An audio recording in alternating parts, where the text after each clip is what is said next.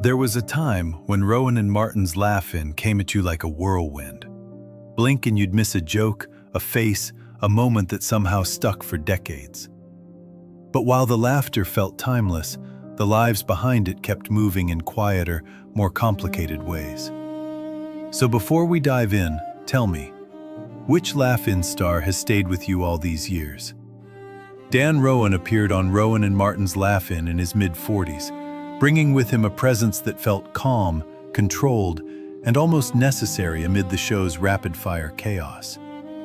As the straight man opposite Dick Martin's playful unpredictability, Rowan didn't chase laughs. He grounded them. His dry delivery and subtle timing gave structure to a show that often felt like it could spin off in any direction at any moment, and audiences came to rely on that steady rhythm more than they may have realized at the time. But Rowan's life before Laugh-In was far from the world of comedy. He served as a fighter pilot during World War II, an experience that shaped his discipline and perspective long before television fame arrived. That contrast between a man who had flown combat missions and one who now stood on a brightly lit stage delivering understated punchlines gave his presence a quiet depth that few variety hosts could replicate. After the show ended, Rowan gradually stepped away from the spotlight. Unlike many performers who chase reinvention, he seemed content to let the cultural impact of Laugh-In stand on its own. He passed away in 1987 at the age of 65, leaving behind a legacy that is easy to overlook at first glance, but impossible to replace upon reflection. Without him, the chaos might not have worked. Without his restraint, the laughter might not have lasted. Dick Martin, by contrast, thrived in the spaces Rowan held steady. In his early 40s during Laugh-In, Martin leaned fully into spontaneity, often breaking the fourth wall, missing cues on purpose, or turning even the simplest line into something unpredictable. Where Rowan was composed, Martin was loose. Where Rowan anchored, Martin wandered, and that dynamic became the heartbeat of the show. Yet what made Martin especially fascinating was what came after. Instead of remaining in front of the camera, he quietly transitioned into directing, shaping episodes of television for years after Laugh-In faded from the air. It was a shift that many viewers never fully noticed, but it revealed a different kind of creativity, one that didn't need applause to feel complete. Martin lived a long life, passing away in 2008 at the age of 86. In those later years, he carried the memory of Laugh-In not as a peak, but as one chapter in a much broader journey. And perhaps that's what feels most surprising looking back. Not just that he made people laugh, but that he continued creating long after the spotlight moved on. Goldie Hawn arrived on Rowan and Martin's Laugh-In in her early 20s, and from the very beginning, she felt different. There was a lightness to her presence, a kind of joyful unpredictability that didn't just fit the show's chaotic rhythm, it elevated it. With her painted-on punchlines, spontaneous laughter, and wide-eyed charm, she became one of the first breakout stars of the series, even though no one could have fully predicted just how far that spark would carry her. At a time when many performers on variety television were defined by their roles within an ensemble, Hawn seemed to step beyond it almost effortlessly. What started as playful, almost carefree appearances quickly turned into something bigger. Within just a few years, she transitioned into film, earning critical acclaim and eventually an Academy Award for her performance in Cactus Flower. It was a rare leap, from fast-paced sketch comedy to respected Hollywood actress, and she made it look natural. As the years went on, Goldie Hawn didn't just sustain her success, she reshaped it. She became known not only for her comedic timing, but also for her ability to bring warmth and humanity to her roles. In her personal life, her long-standing relationship with actor Kurt Russell became one of Hollywood's most enduring partnerships, quietly defying the industry's usual narratives. By 2026, in her late 70s, Hawn remains a symbol of longevity, positivity, and reinvention. What makes her story so uplifting isn't just the success, it's the consistency of spirit. The same energy that once made audiences smile in short, rapid sketches has carried through decades of change. And in many ways, she represents what Laugh-In gave to the world at its best. A reminder that joy, when it's real, doesn't fade with time. Arte Johnson, on the other hand, became unforgettable in a very different way. Appearing on Laugh-In in his early 40s, he didn't rely on youthful charm or spontaneity.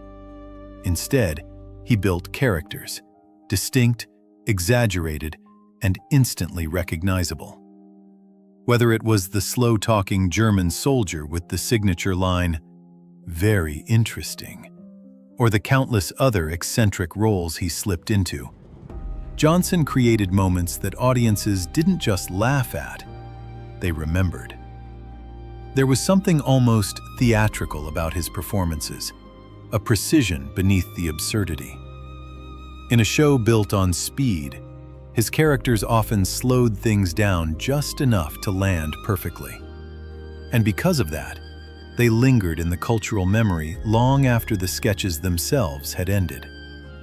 After Laugh-In, Johnson continued working steadily in television, film, and voice acting.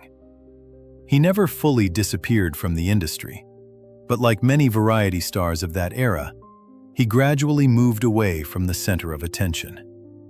In his later years, he faced health challenges, including heart-related issues, which he handled with the same quiet resilience that defined much of his life off-screen.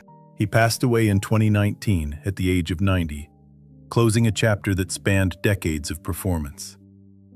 And looking back, there's a bittersweet feeling attached to his legacy. His characters were often larger than life, exaggerated to the point of absurdity, but the man behind them lived a long, steady, and remarkably grounded life. And just when it feels like we've seen every path this cast could take, there's still one story ahead that might be the most unexpected of all. Ruth Buzzi stepped into Rowan and Martin's Laugh-In in her early 30s, and almost instantly, she created something that felt timeless. Her most iconic character, Gladys Ormsby, the handbag-swinging, hairnet-wearing defender of personal space, was more than just a recurring joke. She became a symbol. Audiences didn't just laugh at Gladys, they recognized her. There was humor, yes, but also a strange kind of truth in the way Buzzi played her. Firm, unbending, and quietly resilient. What made Ruth Buzzi so special was her ability to disappear into character while still leaving a clear emotional imprint. In a show built on speed and fragmentation, she gave viewers something to hold on to. Her performances weren't just punchlines. They were complete, lived-in moments, often told in just a few seconds. And over time, that consistency built a deep connection with audiences that lasted far beyond the show's original run. After Laugh-In, Buzzi continued working steadily across television, film, and voice acting, appearing in everything from children's programming to guest roles on major series. She never chased reinvention in the way some of her peers did, but instead leaned into what she did best, bringing warmth, humor, and reliability to every role. It's a quieter kind of success, but one that often proves more enduring. In her later years, Ruth Buzzi faced health challenges that gradually pulled her away from public appearances.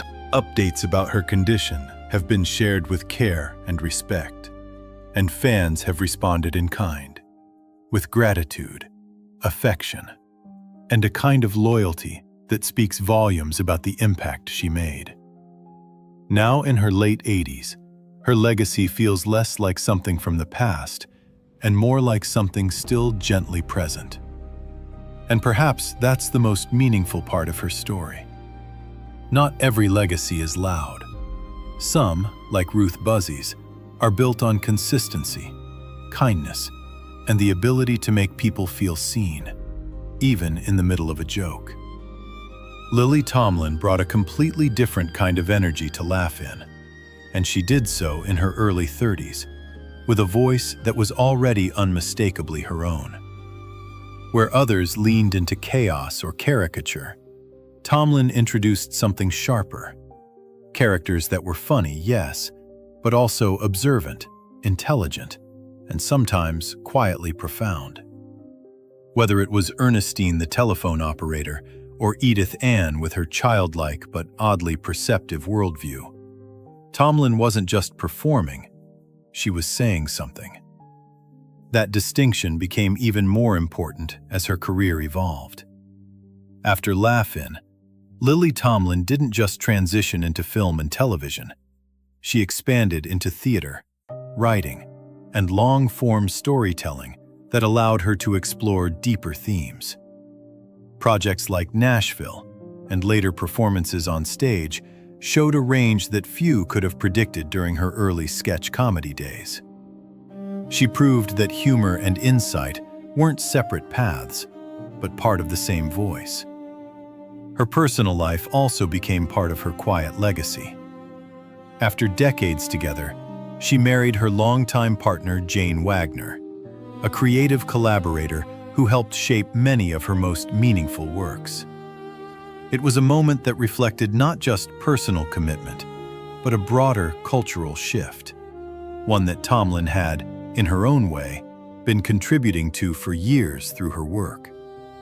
By 2026, in her mid-80s, Lily Tomlin stands as something more than a comedian or actress.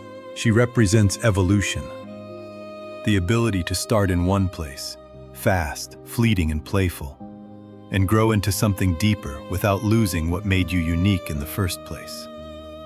And in a show that once thrived on speed and surprise, her journey reminds us that some voices don't just echo, they expand. Gary Owens didn't need a costume or a punchline to be remembered. In his late 30s, during Rowan and Martin's Laugh In, he became something far more subtle and far more lasting. With his hand cupped to his ear and that unmistakable, polished voice, Owens turned the role of announcer into an art form. He wasn't just introducing segments. He was part of the rhythm, the identity, the strange and wonderful tone that made the show feel unlike anything else on television. There was a kind of confidence in his delivery that felt almost timeless. While everything around him moved quickly, jokes flashing by, characters appearing and disappearing, Owens remained steady, almost elegant. His voice carried a sense of control, of familiarity, as if guiding the audience through the chaos without ever needing to explain it. And in doing so, he became one of the most recognizable voices of that era. But Gary Owens' career extended far beyond Laugh In. Before and after the show, he was deeply rooted in radio, where his voice became his signature. He also found success in voice acting, most notably as the narrator of Space Ghost, introducing a whole new generation to his distinct sound. It was a rare kind of longevity, one built not on visibility, but on presence. Even as television evolved and formats changed, Owens continued working, adapting quietly without losing what made him unique. He didn't chase reinvention. Instead, he refined what he already did better than almost anyone else. And that consistency became its own kind of legacy. He passed away in 2015 at the age of 80, and with him went a voice that had once defined an entire style of entertainment. But unlike many performers whose impact fades with time, Owens left behind something that still feels immediately recognizable. A tone, a cadence, a way of speaking that can instantly transport you back. And perhaps that's the beauty of his story. In a show built on faces, characters, and visual chaos, it was a voice, calm, confident, unmistakable, that became one of its most enduring memories. Rowan and Martin's Laugh In wasn't just a television show. It was a moment, that moved faster than anyone could hold on to. The jokes came and went in seconds. The characters flashed by. And yet somehow, decades later, the feeling remains. What once felt chaotic now feels almost frozen in time, while the people behind it continued on, aging, changing, living lives far quieter than the world they once helped create. That's the contrast that lingers. The comedy was fast, almost restless. But life moved slowly. Careers shifted, spotlights faded, voices softened, and in some cases, memories became all that remained. And still, the impact of Laugh-In can be felt in the rhythm of modern comedy. The quick cuts, the bold satire, the willingness to experiment. It helped shape what came next, even as its own era slipped into the past. But maybe its greatest legacy isn't just in how it changed television. It's in how it captured something human. A moment when laughter felt new, when anything seemed possible, and when a group of performers came together to create something that outlived all of them in different ways. So now I'm curious. When you think back to Laugh-In, which cast member has stayed with you the most, and why? And if moments like this still mean something to you, if these stories, these faces, these memories still feel alive, then take a second to subscribe. Because there are so many more journeys like this waiting to be remembered.